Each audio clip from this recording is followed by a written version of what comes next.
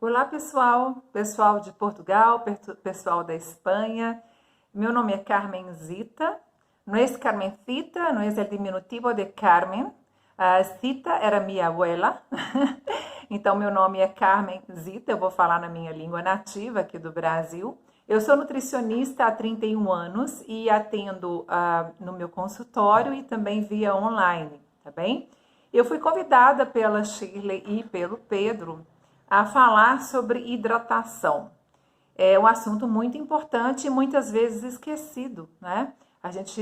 Nós deixamos de lado às vezes essa questão de beber água. Só que 70% do nosso corpo é água.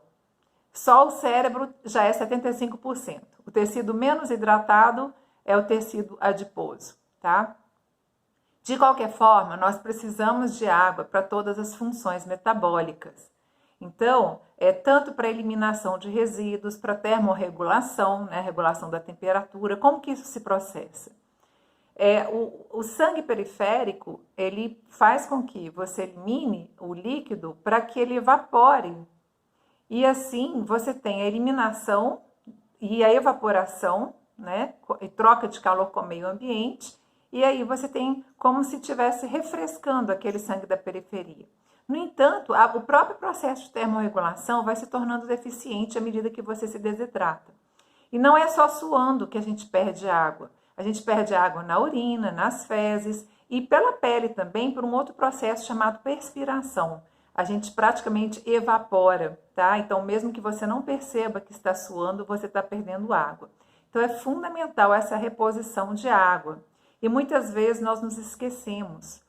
E é importante, em várias situações, que você preste mais atenção no consumo de água, que seriam no exercício físico, no ambientes de calor e o pior de todos, calor e umidade. Porque na umidade do ar, você não tem a evaporação do suor, ele condensa, né? Ele pinga, ele não evapora, ele não cumpre o papel de termorregulação. Então, são condições que requerem um consumo maior, né? Prestar mais atenção no consumo de água. E existe uma quarta situação, que é justamente o consumo de bebidas alcoólicas. E isso por quê? O álcool inibe o hormônio antidiurético. Isso significa que a pessoa vai ter mais diurese, ou seja, vai ter mais urina. Se ela urina mais, ela está desidratando mais. Então, o álcool proporciona a desidratação. E como às vezes a bebida, no caso da cerveja, é gelada, dá uma impressão falsa de que ela está matando a sede com aquilo. Mas eu vou recomendar que vocês saboreiem tranquilamente a sua bebida e, no entanto, não deixem de se hidratar, mesmo que não percebam essa necessidade, porque essa necessidade é real, tá? E qual a quantidade de água que a gente precisa no dia a dia? Sem considerar esses fatores que são mais extremos, como exercício, calor, umidade e o consumo de bebida alcoólica, que a gente tem um consumo moderado, vamos considerar dessa forma, né?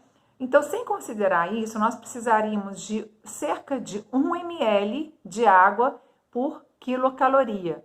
Então, se um homem, por exemplo, precisa de 3.000 calorias, uma mulher 2.000 calorias, mais ou menos, né? Ela precisaria de 2 litros de água por dia e ele de 3 litros de água por dia. Só que a gente vai considerar que a comida do dia a dia, os alimentos, vão trazer pelo menos 1 litro de água, tá? E aí, então, você considera que você pode considerar que a mulher vai precisar, então, de 1 litro e o homem de 2 litros. Isso significa, para a mulher, 4 copos de água, para o homem, 8 copos de água. E a gente sabe que muitas vezes as pessoas não consomem isso. E isso que eu estou falando é o mínimo. Então, numa condição de calor, de exercício, de umidade e de bebida alcoólica, você precisa aumentar esse consumo proporcionalmente, tá?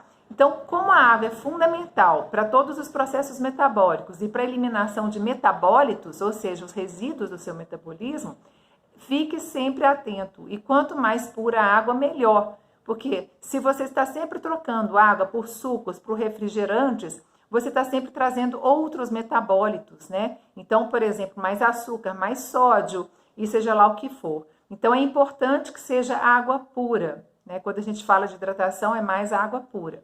Numa situação extrema, por exemplo, de um exercício ou de uma desidratação avançada, essa água vai precisar ter sódio e glicose, sim, na forma de um soro, na forma de uma bebida isotônica.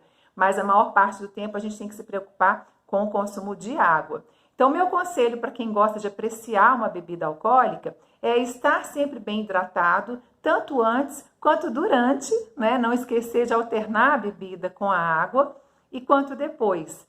Sabe aquela ressaca, pelo menos no Brasil é assim que a gente chama, aquele mal-estar no dia depois de beber muito? Então, a dor de cabeça é um dos sintomas. O nosso cérebro é 75% de água. Então, a pessoa está desidratada e provavelmente comeu menos do que deveria. Ou comeu mais gordura e menos carboidratos, né? Então, a falta de carboidrato e de hidratação levam à dor de cabeça. Então, é importante que no dia seguinte, além de se hidratar, a pessoa come mais frutas, água de coco ou o que seja. Bom, eu espero que vocês tenham compreendido a importância da hidratação, que não se esqueçam disso, até porque para apreciar sua bebida alcoólica você precisa estar bem hidratado. Se vocês tiverem vontade de ter um atendimento nutricional online, eu estou à disposição, estamos deixando meus contatos aí. Eu posso falar em inglês, espanhol e francês, além do português. E eu tenho um curso na Hotmart chamado Nutrir Consciência, que é voltado para profissionais de saúde, mas tem pessoas que são muito interessadas no assunto e estão comprando também. Vocês podem acessar lá. Muito obrigada, estou à disposição para esclarecimentos. Um abraço.